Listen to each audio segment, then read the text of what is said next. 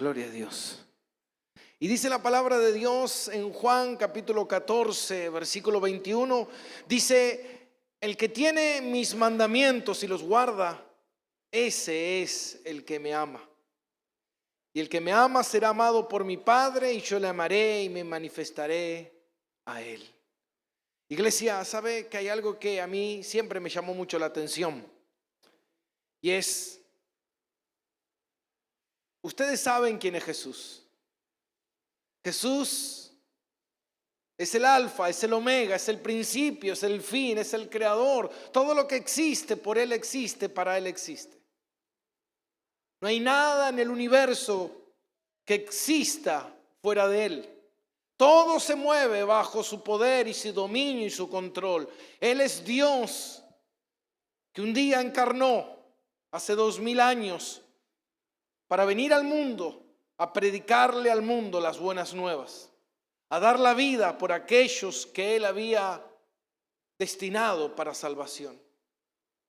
Y sabe que Jesús, caminando entre los hombres, muchas veces cuando caminó entre los hombres, lo que a mí más me sorprende es cómo los hombres podemos ser tan necios, tan ciegos, y estar delante de Jesús y no reconocer a Jesús. La gente le escupía, la gente le abofeteaba, la gente le gritaba: aquel que te dio la vida, aquel que por el cual existes, está delante tuyo. Y muchas veces no podemos ver. Por eso tenemos que pedirle a Dios que Él abra nuestros ojos, que Él nos deje ver a Jesús, que Él nos ayude a correr a sus pies rendidos, porque solamente, mi hermano, solamente hay vida, hay esperanza en Jesús. Hoy vivimos en una sociedad que pudiéramos decir cristiana, donde vemos cientos y cientos de miles y millones de personas que profesan tener a Dios. La pregunta que yo me hago es: ¿tendrán a Dios? O como dice la palabra, profesan conocer a Dios, pero con sus hechos lo niegan. Amén, iglesia. Dele un aplauso al Señor. Gloria a Dios. Estamos llegando al fin de nuestra carta, de la primera carta de Pablo a Timoteo. Esta es nuestra serie, ¿Cómo debes conducirte en la casa del Señor? Y este es el estudio número 45 de esta carta. Llevamos 45 mensajes sobre una misma carta de la Biblia. Y el mensaje de hoy es ricos en buenas obras, segunda parte. El domingo pasado estuvimos hablando de la finalidad y de cómo el apóstol Pablo, llegando al fin de esta carta, le dice estas palabras a Timoteo. Y dice en 1 Timoteo capítulo 6 versículo 17: a los ricos de este siglo manda que no sean altivos, ni pongan la esperanza en las riquezas, las cuales son inciertas, sino en el Dios vivo, que nos dio todas las cosas en abundancia para que las disfrutemos. Que hagan bien, que sean ricos en buenas obras, dadivosos, generosos, atesorando para sí buen fundamento para lo porvenir, que echen mano de la vida eterna. Ahora, ya vimos que esta carta es un contraste. Pablo marca de manera firme este contraste entre el verdadero cristiano y el falso cristiano. ¿Por qué? Porque recordemos que cuando es liberado Pablo y Pablo empieza a recorrer las iglesias, vuelve nuevamente a la iglesia de Éfeso, se encuentra en esta iglesia noble que estaban pasando cosas. que se estaba corrompiendo la congregación, que la gente estaba abrazando otras creencias, que se estaban alejando de la verdad de la palabra de Dios y estaban siguiendo ¿qué? Las pasiones, los deseos mundanos, la vida mundana. Entonces Pablo lo deja a Timoteo y sigue con su viaje misionero, y desde Macedonia le escribe a Timoteo para que Timoteo prestara atención a estas cosas que él tenía que establecer dentro de la iglesia de Dios. Y hay algo que me gusta mucho, porque en Primera de Timoteo 3:15 Pablo le dice: para que si me tardo sepas cómo debes conducirte en la casa de Dios, columna y baluarte de la verdad. No le dice cómo debes conducirte en tu iglesia, en la iglesia de los hermanos. No. En la iglesia de Dios. ¿La iglesia de quién es? De Dios. Amén. ¿Cuántos vinieron hoy a la iglesia? Levante la mano los que hoy vinieron a la iglesia. Bueno, si usted vino a la iglesia de Dios, usted es de Dios. Entonces su vida le pertenece a Dios.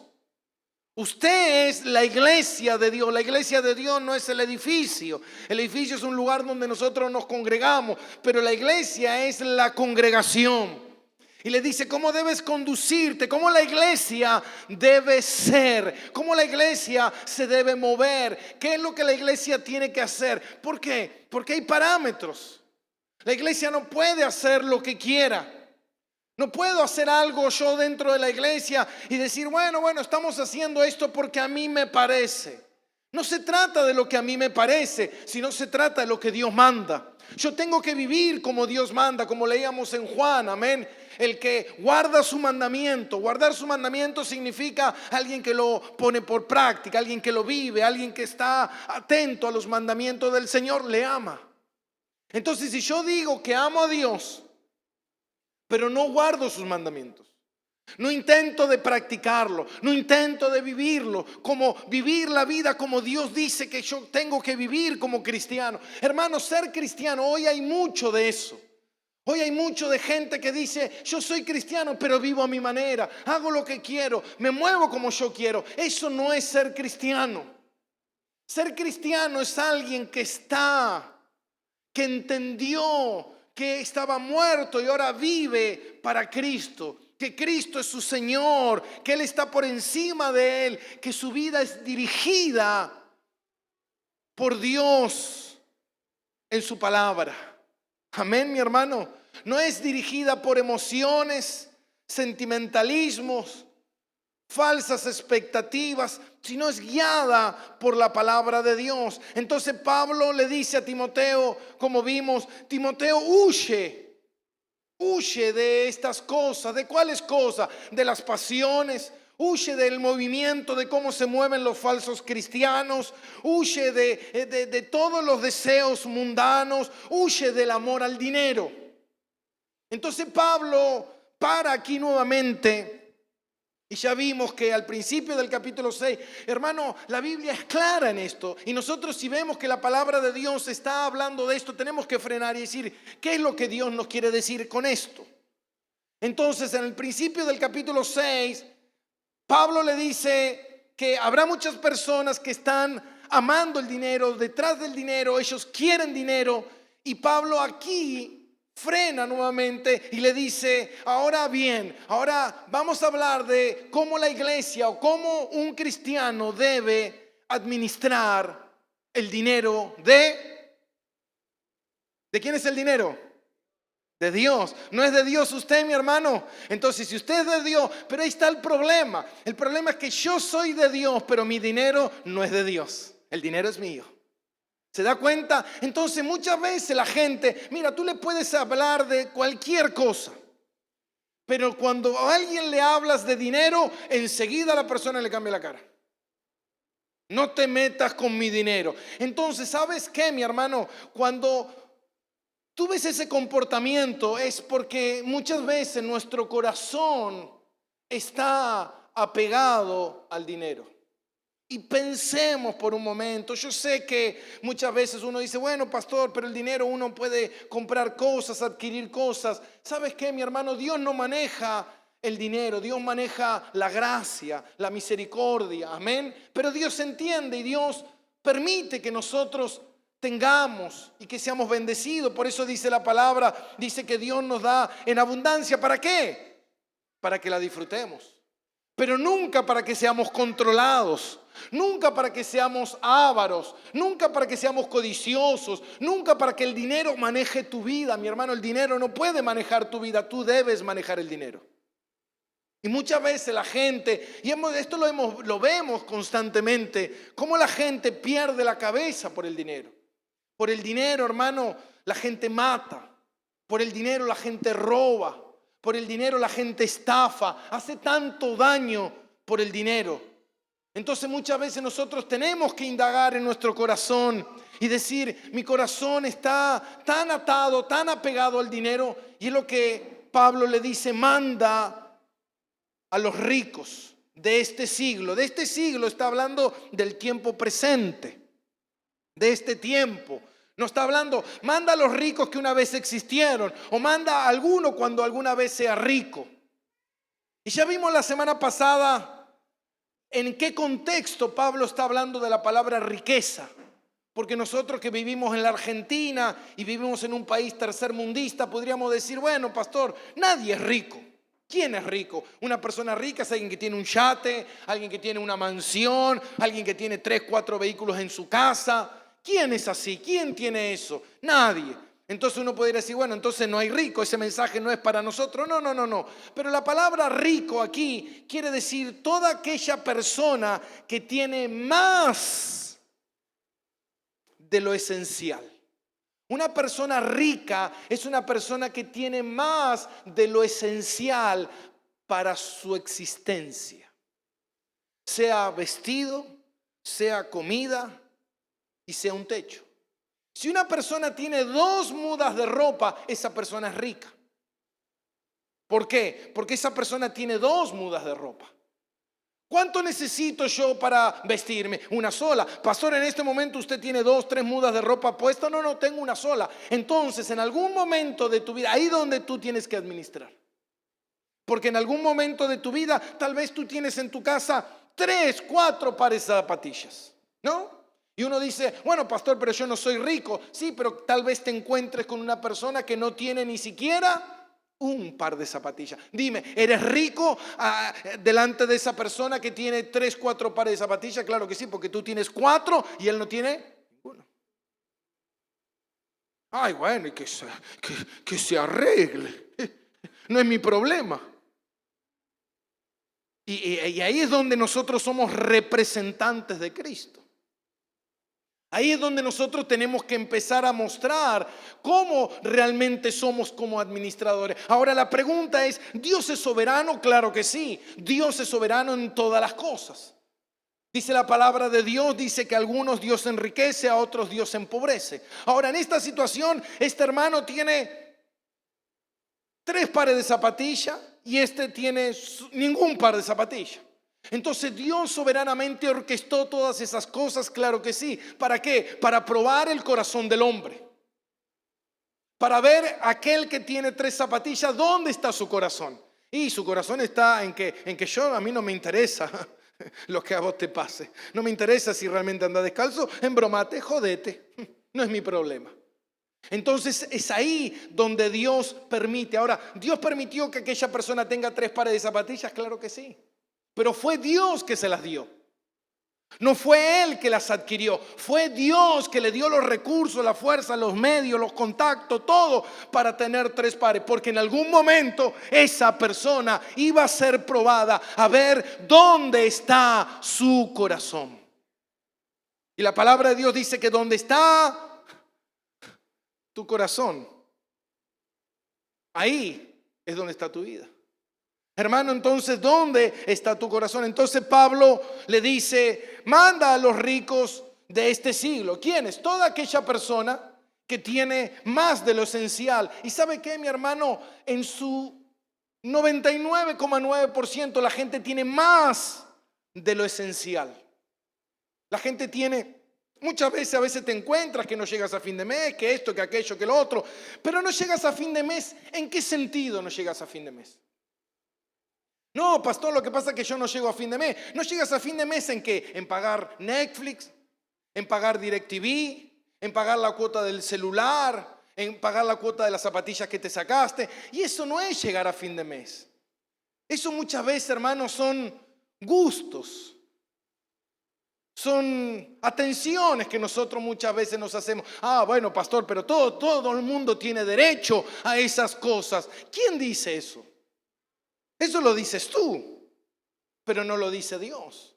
Si de repente, hermano, tú te encuentras, un suponer, tú estás viviendo en tu familia y de repente tú agarras y haces un gasto excesivo porque te quieres comprar algo para que tú te sientas mejor. No, yo voy a comprarme una moto porque necesito una moto. Y de repente tu familia no tiene para comer. ¿Qué es más esencial?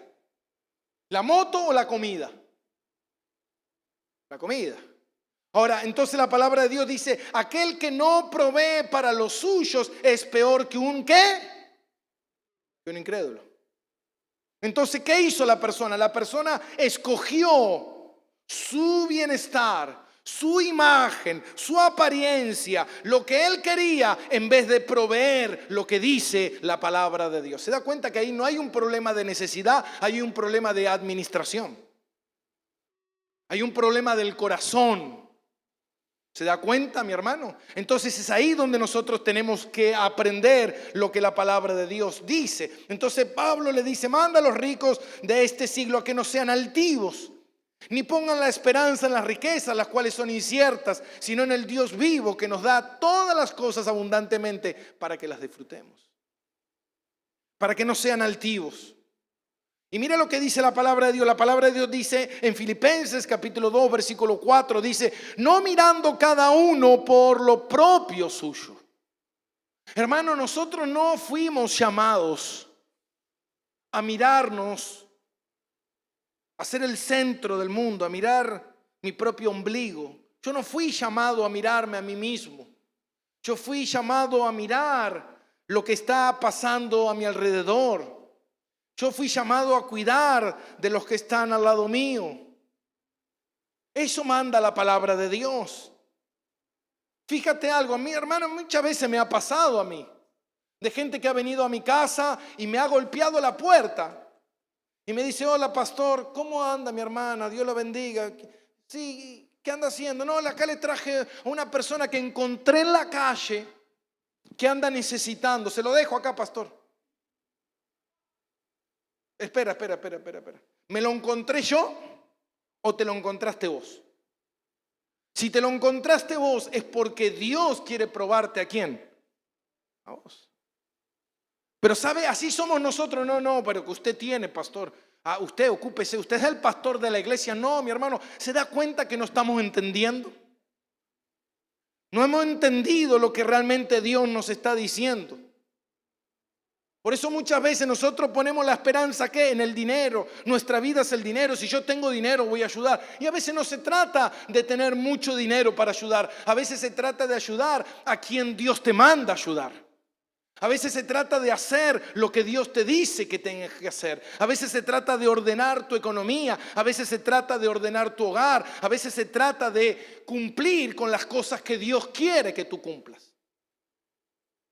Muchas veces yo escucho gente, mi hermano, donde dice, bueno, pastor, lo que pasa es que yo no tengo para colaborar con la iglesia. ¿Y por qué no tienes para colaborar con la iglesia? No tengo porque este mes me vino 44,000 pesos del DirecTV. Pero ¿qué es más importante, el DirecTV o colaborar con la iglesia? ¿Qué cree usted?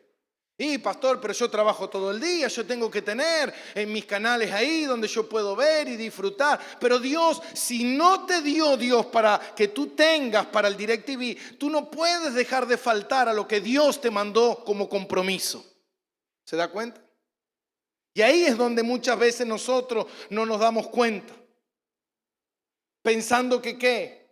que lo que necesitamos es más, y muchas veces lo que necesitamos es entender cómo Dios quiere que yo administre el dinero que le pertenece a Dios. Hermano, muchas veces la gente no tiene.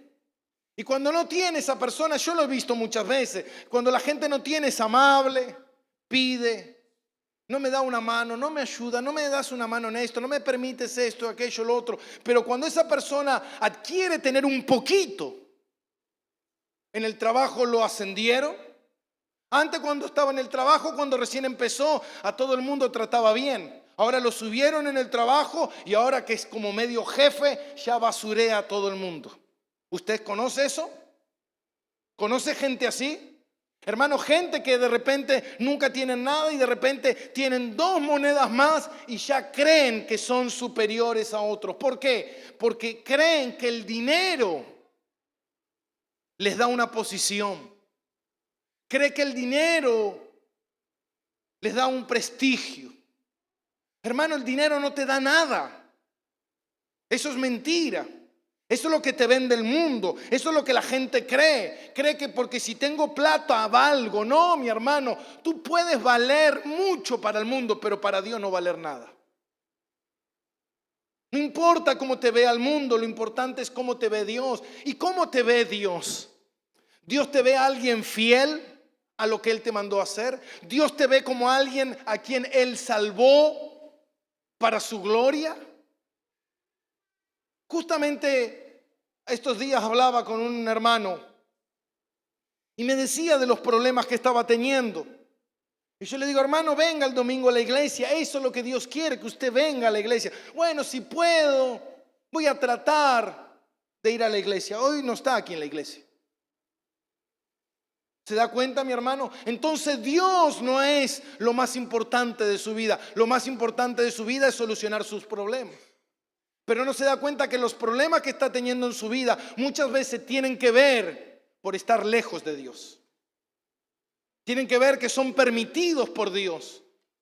¿Para qué? Para que tu corazón sea probado. Dice la palabra de Dios en Proverbios capítulo 28, versículo 11. Dice, el hombre rico es sabio en su propia opinión. Por eso muchas veces la gente que tiene un poco ya no deja que nadie le aconseje. Ya no deja que nadie le diga. Él cree que sabe porque el dinero que él tiene lo pone en un lugar de posición. Lo pone en un lugar de prestigio. Él cree eso. Y mire esta historia. Vayamos al libro de Ezequiel, el profeta Ezequiel, capítulo 28. Y dice en el versículo 1. Y vino a mí palabra de Jehová, diciendo, hijo de hombre, di al príncipe de Tiro, así ha dicho Jehová el Señor, por cuanto se enalteció tu corazón y dijiste, mira esto, se enalteció tu corazón y dijiste, yo soy un Dios y en el trono de Dios estoy sentado en medio de los mares, siendo tu hombre y no Dios. Y has puesto tu corazón como corazón de Dios. Versículo 5. Dice, con la grandeza de tu sabiduría en tus contrataciones has multiplicado tus riquezas. Y a causa de tus riquezas se ha enaltecido, ¿qué? Tu corazón. ¿Y sabe cómo termina la historia? Y dice Dios, por cuanto, dice en el versículo 7, por cuanto se enalteció tu corazón, yo enviaré sobre ti espada y muerte. ¿Se da cuenta, mi hermano? Él estaba en ese lugar porque Dios quería. Él lo que él tenía era porque Dios se lo había dado. Pero lo que él tenía y donde él estaba no era de él. No le pertenecía a él, sino que era de Dios. Y nosotros debemos ser buenos administradores de esas cosas que Dios nos está dando. Porque ¿sabe qué? Si no, muchas veces la gente cae en la trampa de creer que Yo necesito bendiciones para hacer mi propia vida. Por eso dice la palabra, pedís y pedís mal. ¿Por qué? Porque pedís para vuestros deleites, para nuestras cosas. Hermano, no nos confundamos. No creamos que lo que tenemos es porque me lo merezco, es porque me lo gané. Porque ¿sabe qué? Hay gente más noble que tú. Hay gente más santa que tú. Hay gente más espiritual que tú que no tiene ni siquiera para comer. No, lo que pasa es que yo lo tengo por mi habilidad, por mi fuerza. Hay gente mucho más fuerte que tú que hoy en día está en una cama sin poderse levantar. Entonces, todo lo que tú tienes, mi hermano, es por la soberanía de Dios. Todo lo que tú tienes. No, lo que pasa es que yo lo conseguí, lo que pasa es que yo lo hice, lo que pasa es que yo estoy haciendo, lo que pasa es que mi habilidad, lo que pasa es que mi talento, lo que pasa es que mi estrategia, lo que pasa es que yo soy un genio, yo soy bueno en esto. No, no, mi hermano, tú eres un miserable pecador que lo único que merece. La Biblia dice esto. Hermano, nunca voy a encontrar una palabra en la Biblia que diga te lo mereces. Nunca. No existe. Porque ¿sabe lo que dice la Biblia? Que lo que únicamente que nosotros merecemos es el infierno. Es lo único. Porque todos estamos destituidos de la gloria de Dios, todos hemos pecado y lo único que nos merecemos es el infierno. Entonces, todo lo que tenemos es por gracia, amor exclusivo de Dios. Por eso dice la palabra, estad agradecido siempre, mi hermano. Hoy como estás vestido, da gracias a Dios. Si comiste, da gracias a Dios. Si todo lo que tienes, da gracias a Dios. Si hoy respiras y estás vivo, da gracias a Dios. Todo es de Él, por Él y para Él. Todo es de Él.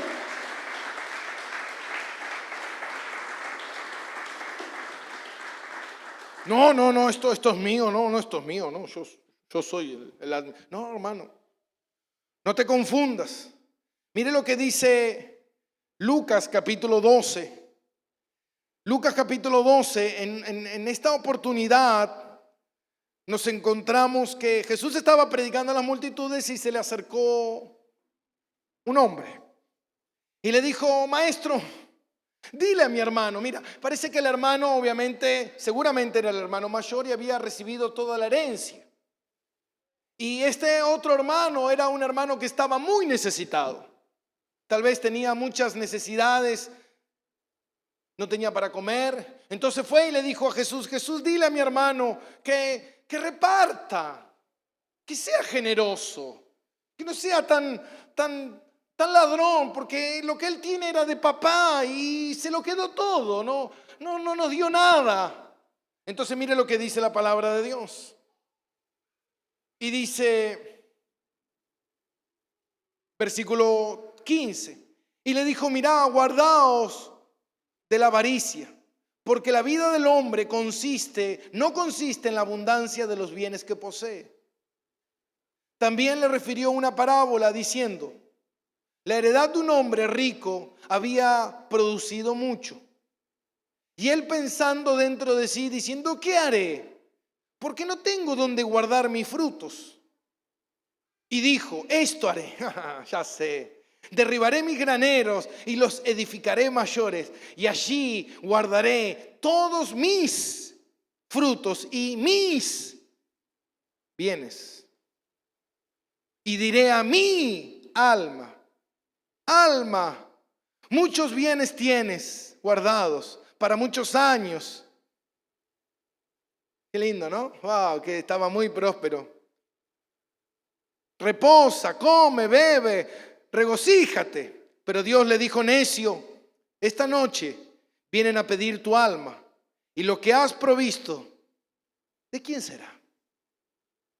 ¿No te das cuenta? ¿No te das cuenta que tú no tienes nada?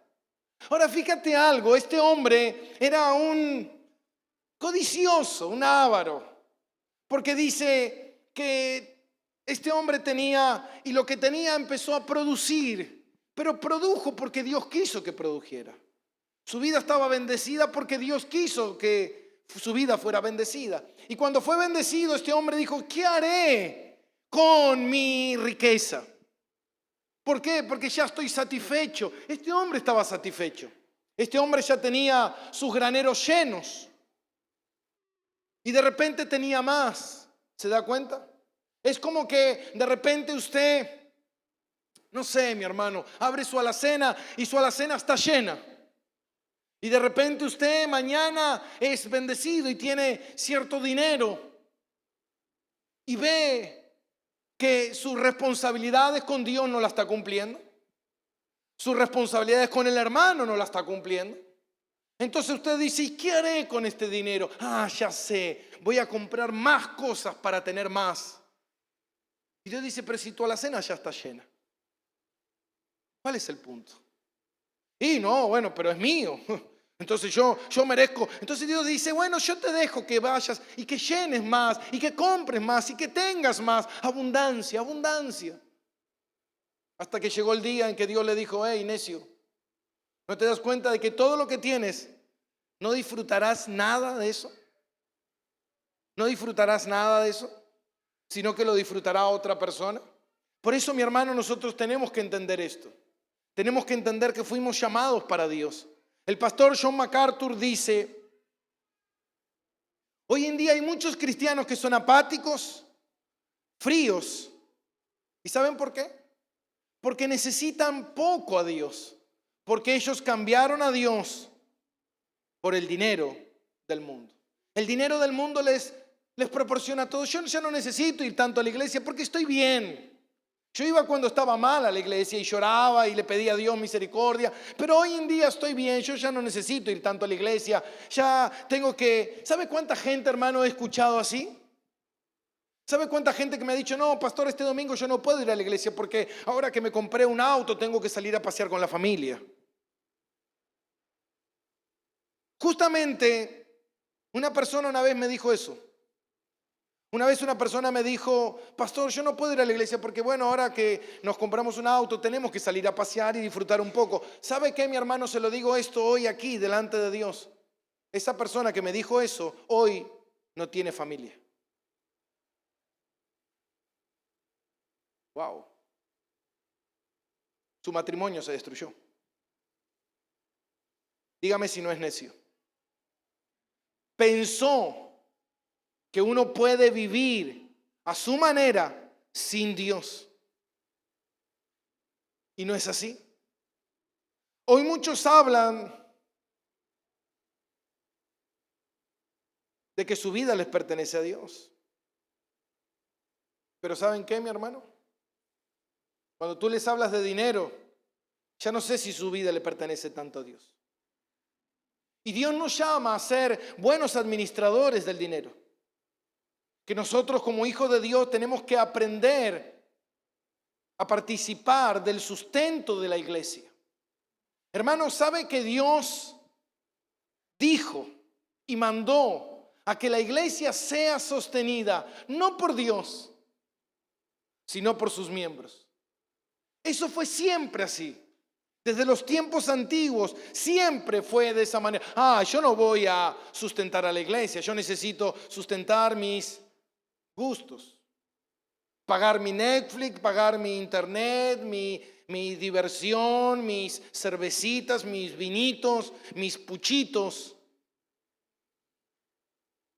¿Por qué comprometerme con Dios? Dice el pastor John MacArthur, dice, usted no es dueño de su dinero. Dios se lo dio para que usted lo administre sabiamente. Esta, escuche bien, es una prueba para ver dónde está su corazón. Hermano, muchas veces el dinero revela dónde está nuestro corazón. Hermano, muchas veces la gente no tiene ni siquiera noción de las cosas. Muchas veces la gente cree que simplemente uno viene a la iglesia y se sienta y que la iglesia subsiste porque Dios quiere. Y no es así. Nosotros hace un tiempo atrás decidimos hacer esta modificación en el altar para fin de año. ¿Y sabe qué, mi hermano? Si yo les preguntara a todos ustedes, hermano, ¿cuánto cree que gastamos en esto? Yo seguramente muchos de ustedes errarían en lo que gastamos.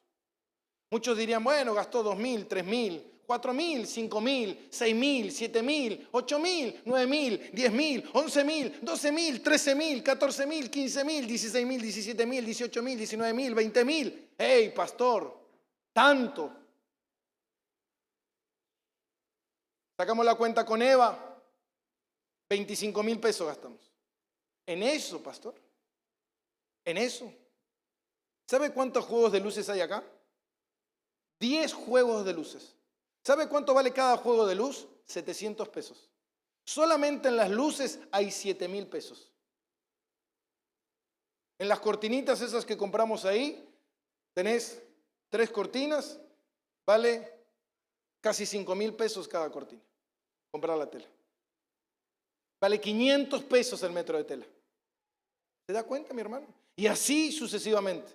Entonces uno a veces dice, ay, pastor, ¿y sabe qué, mi hermano? Esta semana empezamos con el piso aquí para que usted cuando vaya al baño no se embarre y tenga un buen piso. Esta semana gastamos 20.000 pesos en ese piso que estamos haciendo.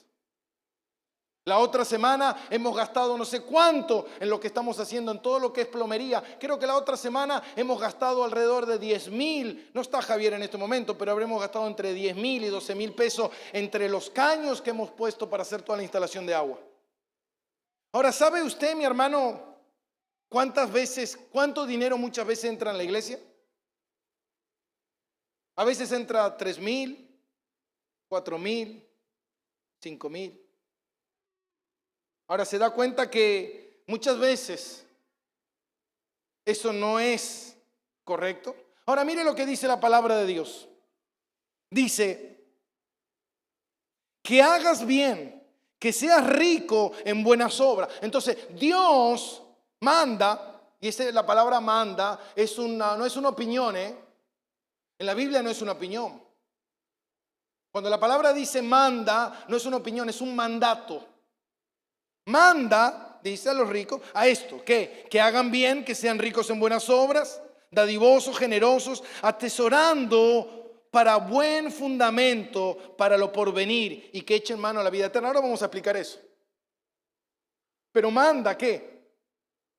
Manda, ¿qué? A que tengan un carácter de personas, ¿qué? Dadivosas, de personas que hagan buenas obras, de personas que hagan lo correcto, personas que sean generosas, que atesoren, escuche, que atesoren para sí buen fundamento para el porvenir. ¿Cómo, pastor, me está diciendo? Si la Biblia dice que no tenemos que atesorar. Mire lo que dice Apocalipsis. Apocalipsis capítulo 14, versículo 13. Mire lo que dice.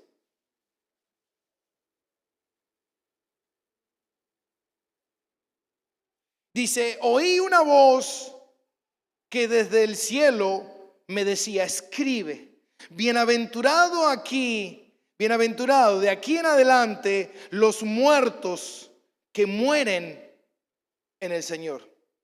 Sí, dice el Espíritu, descansarán de su trabajo porque sus obras con ellos siguen. ¿Saben lo que quiere decir eso? Eso quiere decir que las obras que tú hiciste en la tierra son las obras que te van a precedir en el cielo. Son las obras que van a hacer memoria en el cielo. Por eso la palabra de Dios dice, no hagáis tesoros en los cielos, haced tesoros. No hagas tesoros en la tierra, haced tesoros en los cielos. Entonces lo que la palabra de Dios está diciendo es, cuando tú llegues al cielo, dice el Espíritu Santo, sí, descansarán de su labor, descansarán de su trabajo, pero sus obras seguirán estando delante tuyo. Lo que tú has hecho como cristiano aquí en la tierra, cómo has vivido, ¿has sido generoso? Dice la palabra de Dios que debemos ser generosos. Dice, manda a que sean, ¿qué? Sean generosos. Ahora, la palabra generoso del latín, konosneko, que deriva de la palabra comunión. La palabra generoso tiene que ver con la comunión, tiene que ver con el cristiano que fue llamado a pertenecer a un cuerpo de creyentes. Y si yo pertenezco a una iglesia, yo tengo que ser parte de esa iglesia. Hermano, la obra de Dios debe ser sostenida por los santos. Así siempre fue. Algunos pueden decir, bueno, pastor, hoy en día el diezmo no es bíblico. Y vamos a tomarnos 10 minutos para esto. Pastor, ¿el diezmo no es bíblico? Sí, el diezmo es bíblico porque está en la Biblia primero. Ahora, no, lo que pasa es que en el Nuevo Testamento la palabra de Dios no habla del diezmo. ¿Cómo que no? En el Nuevo Testamento la palabra de Dios habla 9 veces del diezmo. Ahora, no, pero el diezmo era la ley de Moisés. Sí, pero mucho antes que llegara la ley de Moisés, un hombre, el padre de la fe, Abraham, dice que le dio diezmos al sacerdote Melquisedec. Y Melquisedec es un tipo de sacerdote de Cristo. Entonces significa que Abraham diezmó ¿a quién? A Jesús. Antes de que se estableciera la ley, muchos antes. Ahora, ¿cuál era la función del diezmo? Mucha gente dice, bueno, la nación de Israel diezmaba. No, la nación de Israel tenía 3 diezmos. Ellos tenían 2 diezmos constantemente y tenían un diezmo que era cada 3 años. Ellos en conclusión diezmaban un 23,3% todo el tiempo. ¿Y para qué eran esos diezmos? La palabra de Dios enseña que un diezmo era para el sustento del templo. Otro diezmo era para la nación de Israel y el otro diezmo cada 3 años era para las ayudas, para las viudas y para la construcción de lo que se hacía en la nación de Israel. Ahora, la iglesia a lo largo de los años, como la iglesia protestante, la iglesia de sana doctrina, siempre ha abrazado la práctica del diezmo. ¿Por qué? ¿De cuántos diezmos, pastor? De uno solo. Porque es lo que se practicaba para la ayuda del templo. Ahora nosotros nos encontramos con que muchas veces la gente dice, bueno, pastor, lo que pasa es que ya el diezmo no está en vigencia. Pero usted sabe, mi hermano, que todas las iglesias de sana doctrina, a lo largo de la historia, en su membresía, en su documento de membresía, establece el uso del diezmo. Si nosotros nos encontramos con la iglesia del pastor John MacArthur, si nos encontramos con la iglesia La Ibi del pastor Miguel Núñez, o la iglesia de Sugel, o muchas otras iglesias que podríamos nombrar, muchas veces ellos no utilizan la palabra diezmo. ¿Por qué? ¿Qué dicen ellos? No utilizan la palabra diezmo porque ellos consideran que el diezmo debe ser el inicio de nuestro compromiso con Dios. Entonces dicen ellos que si nosotros decimos diezmo, consideramos que la gente solamente tiene que dar el diezmo. Y no es así. El diezmo es la base. Ellos recomiendan empezar con un diezmo. Pero que después usted, si quiere dar más, puede hacerlo. Pero la sugerencia que ellos dan en toda membresía es que la base debe ser el diezmo. Pastor, pero nosotros no lo encontramos en el Nuevo Testamento como algo específico. Pero muchas veces, hermano, es porque nosotros queremos leer mal la palabra de Dios. Pero dice en 1 Corintios capítulo 16, versículo 2, Pablo dice que apartemos una cantidad según lo que hayamos ganado. Ese apartar una cantidad, según teólogos y exegetas, tiene que ver con ese diezmo. Muchas veces cuando nosotros nos encontramos dentro de lo que la palabra de Dios habla específicamente del diezmo. ¿Por qué? Porque la nación de Israel era algo que ya tenía incorporado. ¿Y sabe qué? Lo más maravilloso de esto. Mientras armaba este estudio me encontré con algo que los reformadores decían. Jesús nunca prohibió el diezmo. Nunca lo prohibió. Jesús nunca habló de prohibir el diezmo. No, mi hermano. Porque ¿sabe qué? Es lo que dice la palabra de Dios. Para que te atesoremos buen fundamento para el porvenir y que echemos mano a la vida eterna. Hermano, nosotros fuimos llamados ¿a qué? A pertenecer a la comunidad de los santos. Nosotros fuimos llamados a ser la iglesia de Jesucristo. ¿Y sabe qué, mi hermano? Hoy en día es fácil sentarse, escuchar y no estar comprometido. Pero ¿sabe qué, mi hermano? Dios no nos llamó a eso. Dios nos llamó a estar comprometidos con Dios y a creer en el Señor. Hermano, yo también muchas veces, si yo les contara, cuando yo venía a la ciudad de La Plata a predicar el evangelio, muchas veces tenía que venir en tren porque no tenía para el micro. Muchas veces me bajaba del tren allí donde está la terminal y de ahí me venía hasta acá caminando porque no tenía. Muchas veces le pedía a mi pastor, que era un mal administrador de las cosas de Dios, porque eso no tenía que ser de esa manera. Y yo le pedía y le decía, pastor, ¿no me da para viajar, para hacer la obra de Dios? Y me decía, no, arréglate solo. Y no es así.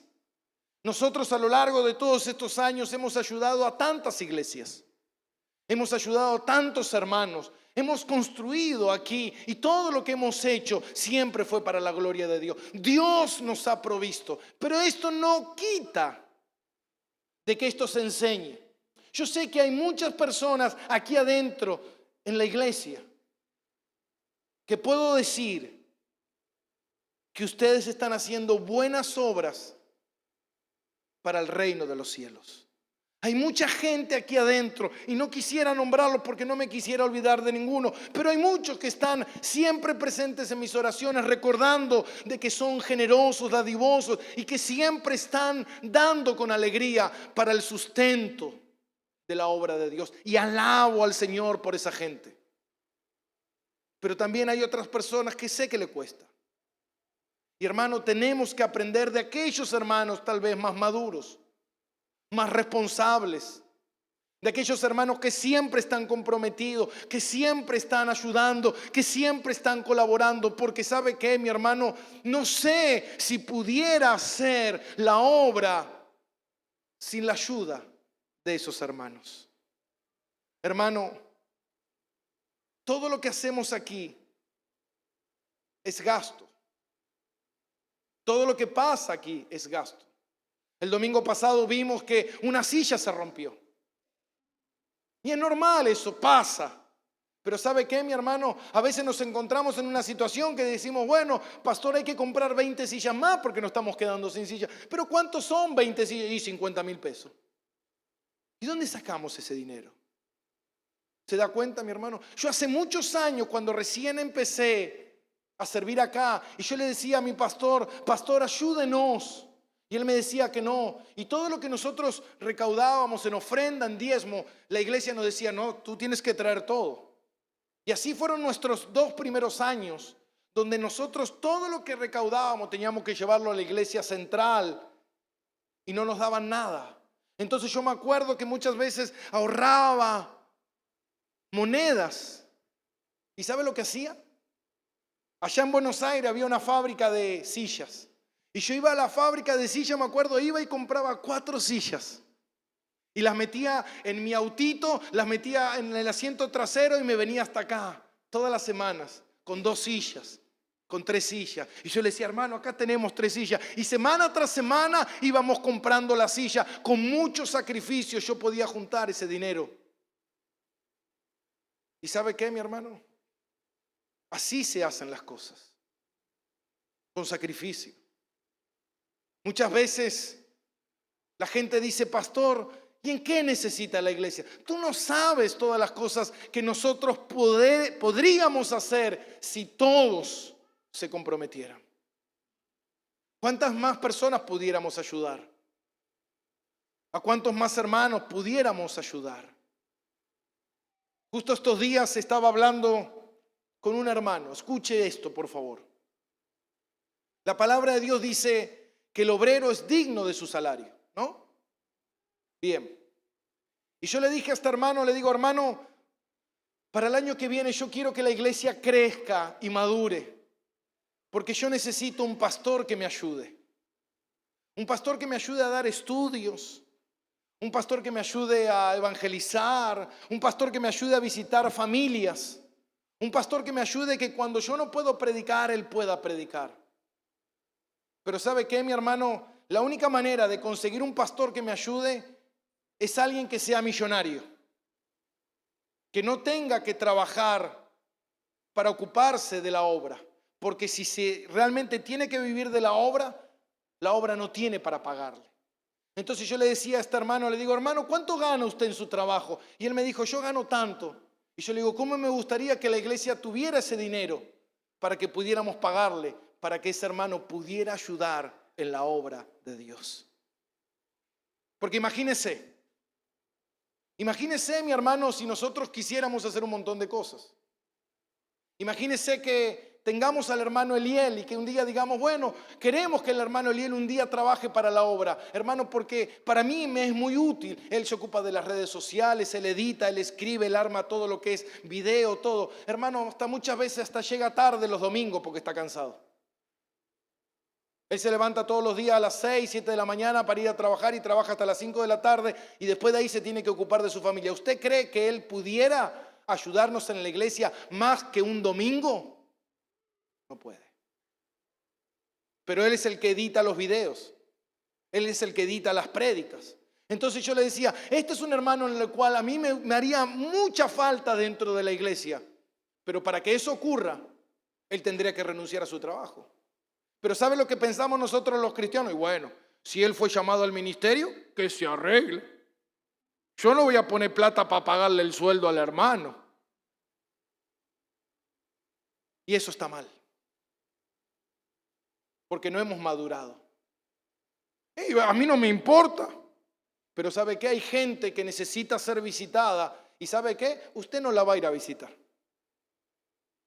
Necesitamos editar, necesitamos hacer cosas, necesitamos preparar estudios. Hermano, el estudio que nosotros hemos dado, que estamos dando, el de teología sistemática, yo me llevó mucho tiempo escribirlo y a Eliel le llevó mucho tiempo editarlo. Pero ¿sabe qué, mi hermano? No queremos crecer como iglesia. Entonces, ¿qué piensa usted? Nosotros tenemos que estar comprometidos si queremos que la obra de Dios avance. Tenemos que estar comprometidos si queremos crecer como iglesia. Porque si no, ¿sabes qué, mi hermano? Imagínese. ¿Sabe cuánto tiempo a mí me lleva a preparar un mensaje? ¿Sabe cuánto tiempo a mí me lleva a preparar estudios y trabajos? Son horas y horas y horas de trabajo. Imagínese si yo tuviera que trabajar para alimentar a mi familia en una empresa, en una fábrica, no pudiera. Pero sabe, mucha gente dice, no, pastor, pero yo no voy a poner para alimentar al pastor. Pero eso hizo la nación de Israel por miles de años. Dios le dijo, los levitas, los que sirven en el templo, deben ser sostenidos por todo el pueblo que se beneficia, hermano. Te beneficias. Cuando tú miras las prédicas de la iglesia de Miguel Núñez, cuando tú miras los videos de fulano, los videos de mengano, hermano, nosotros nos beneficiamos de gente que está trabajando para la obra del Señor. Ahora la pregunta es, ¿cómo viven? ¿Cómo viven? Y bueno, que ayuden cuando puedan. Hermano, ¿sabe qué? Tenemos que crecer. Y tenemos que entender que la iglesia la hacemos entre todos. Amén. Yo a veces necesito un día de descanso. Un día. Y doy gracias por el pastor Diego, que siempre está ayudándome y que me suplanta y que me dice, pastor, no te hagas problema. Pero yo necesito un pastor de aquí, de la casa, que me pueda decir, pastor, quédese tranquilo, yo voy a ocupar ese lugar cuando usted necesite un día de descanso. Hermano, a veces no lo tengo, no puedo, porque no hay. Pero espero que Dios nos ayude, que para el año que viene, el otro año, esta iglesia, como dice la palabra de Dios, tengamos una pluralidad de pastores y por lo menos tengamos 2 pastores para la gloria de Dios. ¿Usted cree que es posible? ¿Se puede? Claro que se puede, amén. Si todos nosotros nos comprometemos. Denle un aplauso al Señor.